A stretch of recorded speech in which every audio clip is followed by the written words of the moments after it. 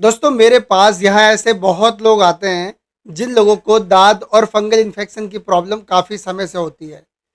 कई लोगों को 2-2 साल 3-3 साल से है और वो कई बार इलाज करा चुके हैं लेकिन पूरी तरीके से ठीक नहीं होता है। जब तक दवा खाते हैं तब तक आराम रहता है, उसके बाद दवा छोड़ने के फिर दोबारा से ये प्रॉब्लम होने लगती है। ऐसे कई लोग मुझे कमेंट्स भी करते हैं कि सर हमें दाँत की प्रॉब्लम है, हमें फंगल इन्फेक्शन की प्रॉब्लम है और काफ़ी समय हो गया लेकिन ठीक नहीं हो रहा है। आप कोई ऐसी ट्रीटमेंट बताइए जिससे पूरी तरीके से ये ठीक हो जाए।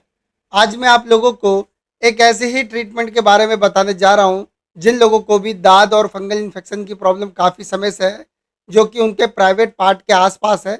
ऐसी कंडीशन में ये ट्रीटमेंट बहुत ही बेहतर काम करती है।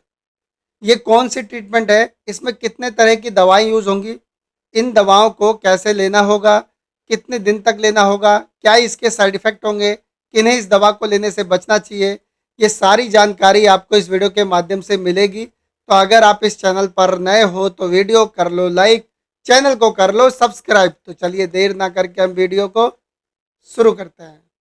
देखिए, जिन लोगों के भी जंघासों में बहुत ज़्यादा दाद या फंगल इन्फेक्शन हुआ है और वो उससे परेशान है, तो उन्हें कुछ भी नहीं करना। जो दवाएं मैं बताने जा रहा हूँ उन दवाओं को नोट डाउन कर लें, वो दवाएं ले आएँ, उन्हें लेना शुरू कर दें, आपकी प्रॉब्लम पूरी तरीके से ठीक हो जाएगी। जो पहली दवा इसके अंदर है उसका नाम है सेटसिप एल टैबलेट। सेटसिप एल टैबलेट एक एंटीहिस्टामाइन टैबलेट है। यह एक स्ट्रिप की पैकिंग में आता है, जैसा कि आप स्क्रीन पर देख पा रहे होगे। इस एक स्ट्रिप में 10 टैबलेट्स होती हैं और इस 10 टैबलेट का जो प्राइस है वो है 80 रुपये। कंपनी इसे बनाती है सिप्ला लिमिटेड और कॉम्पोजिशन इसके अंदर होता है। इसमें होता है लीवोसेट्रिजिन 5 mg और इसकी आपको 10 टैबलेट लेके आनी है, यानी कि एक स्ट्रिप। अब जो इसमें दूसरी दवा इस्तेमाल होगी उसका नाम है डेरोविन ऑइंटमेंट। डेरोविन ऑइंटमेंट एक कॉम्बिनेशन एलोपैथिक क्रीम है।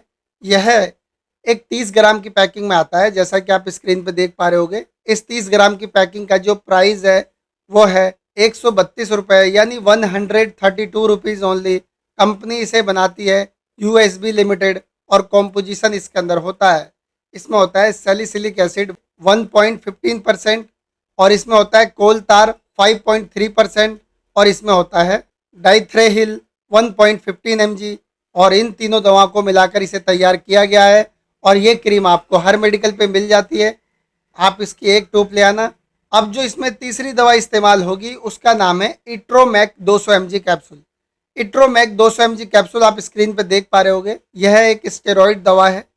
ये एक स्ट्रिप की पैकिंग में आता है और इस एक स्ट्रिप में 10 कैप्सूल होते हैं और इस 10 कैप्सूल का जो प्राइस है वो है लगभग 250 रुपये, यानी 250 रुपीज़ ओनली।